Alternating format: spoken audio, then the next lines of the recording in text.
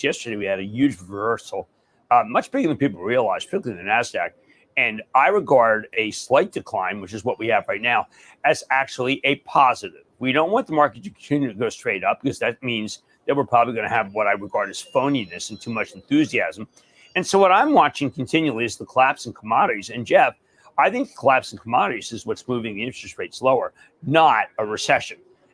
Yeah, you're seeing it over a whole host of commodities, whether it's oil, copper, steel. And there's some more price targets of Nucor today, Cleveland Cliffs, soybeans, wheat. So it's all over the place.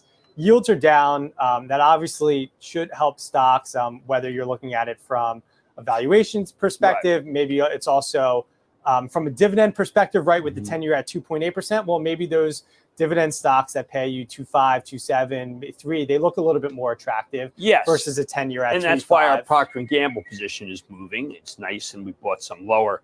I want to just use the board for a second, irrespective of this. So if you have a belief that this 2.8% 10-year level is caused by the pending recession, then stocks are too high and will give up the game. If you think that the 2.8 is caused by the commodity collapse without any real substantive slowdown, then stocks go like this, particularly the ones that sell at 5 to 7 times earnings, which is Micron. So what you want to be looking at right now is not the roadblocks, and I'm using that as the paradigm, but you want to be looking at stocks like Nucor and see if Nucor can hold. Now, this morning, there was a really negative call about Nucor and Cleveland Cliffs. You referenced that, letter X, by Morgan Stanley, saying that steel prices have fallen far faster than they realized. That's the battleground. That's what I'm watching to determine whether this is a recession that is causing interest rates to go down or whether it's commodities going down. David Faber questioned my thesis by saying, couldn't commodities be going down because of recession?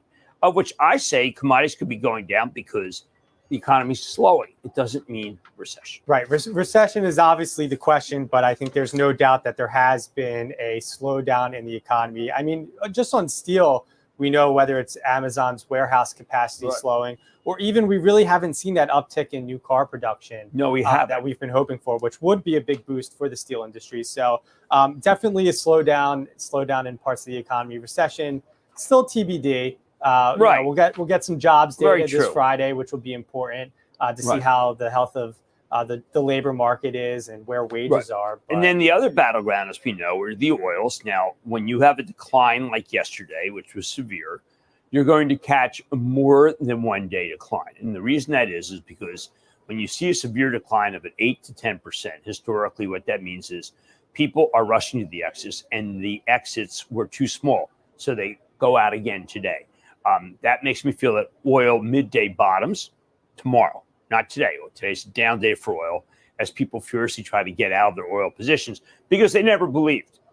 And they truly understand now that what happened with oil was that the Russians were looking for market. They found a market. They're flooding the world with oil because of their war with Ukraine. But at a certain point, that's going to be reflected in the price of oil because the demand is strong enough that I don't think you can go back to 60. Yeah, and it's interesting today because you had Pioneer gets downgraded by RBC Capital. Yet the analysts, if you read the note, they're actually still really positive on Pioneer. They call out their price target's 290, so we're talking about roughly 50% upside in the equity price here. And the analyst notes they think that they'll pay out a dividend of $32 per share over the next 12 months, which equates to a roughly 15% dividend yield. So all the reasons to own Pioneer seems to be there, but yet they downgrade the stock back down to 207. This is a sign of analysts who do not believe. And they don't believe for a specific reason. There are a lot of people, Jeff Curry at Goldman, who have said, look, there's a secular increase in oil that we just don't have enough, and there's just He's looking at supply and demand dynamics. Then there are other people who just say, listen, these are trading vehicles, and we've had the trade. It went to here, and now it's got to go to here because it didn't hold this line. These are just people who are looking at trend lines. I come back and say Pioneer has a strategy. Strategy is to grow 5%, return money to shareholders. They have the capacity to grow to make a lot of money at $30 a barrel. And last I looked, 98 is a lot better than 30. So I am convinced that what we should do is take some of that money that we sold at Amazon and put it in Pioneer when we're able to. Now, Pioneer at one point is going to overshoot. It would not surprise me to see this thing go to here. The reason why it overshoots, again, is that whole point I just mentioned, which is that there are a lot of fair weather friends in oil. And once oil turns, then these people are very quick to say, well, West Texas Intermediate is not going to stop at 96. It's going to go to 80. And I think, remember, our bull case, oil from 120 to 80 is pretty severe, but we've seen it. But our bull case revolves around return of capital. And the return of capital story is not being diminished by what's happening, given how low the cost is at Pioneer. And still one of the great balance sheets in the industry. Right. I mean, we have a small position. I want to be big. I want to be big. It's a much different story than what it was, say, in 2018. Look, Pioneer, this is Scott Sheffield. He got tired of this. Balance sheets are all cleaned up. And decided that he's just going to pay you a yield. Now, people are saying that it's up 14. People are saying, listen, I don't trust the 14. If oil falls to 60, he won't be able to pay it. He has told you that he will be able to pay it at that price. So I'm not going to disbelieve him. I've known him for 15 years, and he's money. Now, let's talk about something that shows you, again, why it's so hard to invest in companies that are losing money as opposed to the oils. And this is the Grubhub versus, I guess we could say versus everybody, Uber.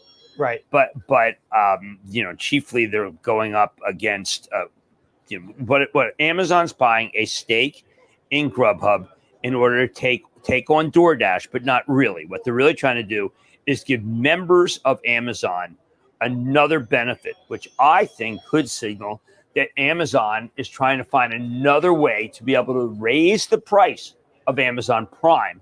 When Amazon Prime's price is raised, it's very similar to Costco, and the stock goes up. So there are a lot of people giving up on Amazon, a lot of people giving up on Meta, a lot of people giving up on Alphabet. We've sold these stocks, and as far as I'm concerned, I'm actually looking more to buy than to sell. Meta is firing people, but they are also still hiring. I mean, it's just what they're trying to do is upgrade, and you can do that because Zuckerberg, who is a very tough guy, knows there's a lot of engineers around who are better than his people.